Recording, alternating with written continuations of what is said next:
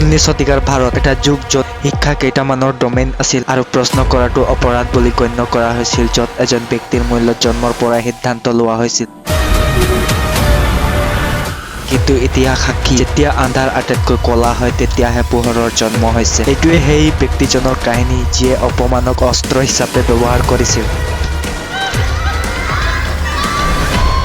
ভয়ক শক্তিলৈ ৰূপান্তৰিত কৰিছিল আৰু সমাজৰ সৈতে সংঘৰ্ষ সমতাৰ ভেটি স্থাপন কৰিছিল। এইটোৱেই কাহিনী জ্যোতিবা ফুলেৰ। এইটো নাম নহয়, এটা বিপ্লৱ।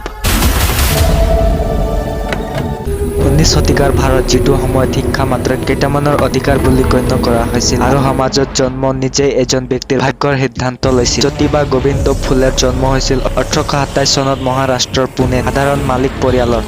সমাজে তেওঁলোকক নিম্ন বৰ্ণৰ বুলি গণ্য কৰিছিল আৰু শিক্ষাক তেওঁলোকৰ বাবে অপৰাধ বুলি গণ্য কৰা হৈছিল। এবাৰ তেওঁৰ নিজৰ বন্ধুৰ বিয়াত কেৱল জাতিৰ বাবেই তেওঁক অপমান কৰি পেলোৱা হৈছিল। সেই অপমান জ্যোতিবাৰ জীৱনৰ টাৰ্ণিং পইণ্ট হৈ পৰিল।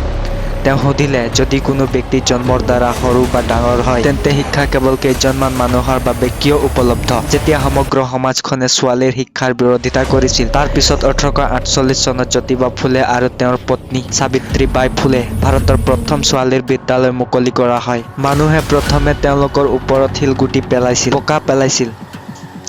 কিন্তু সাবিত্ৰীবাইয়ে প্ৰতিদিনে নিজৰ শাৰী সলনি কৰি স্কুললৈ গৈ থাকিল।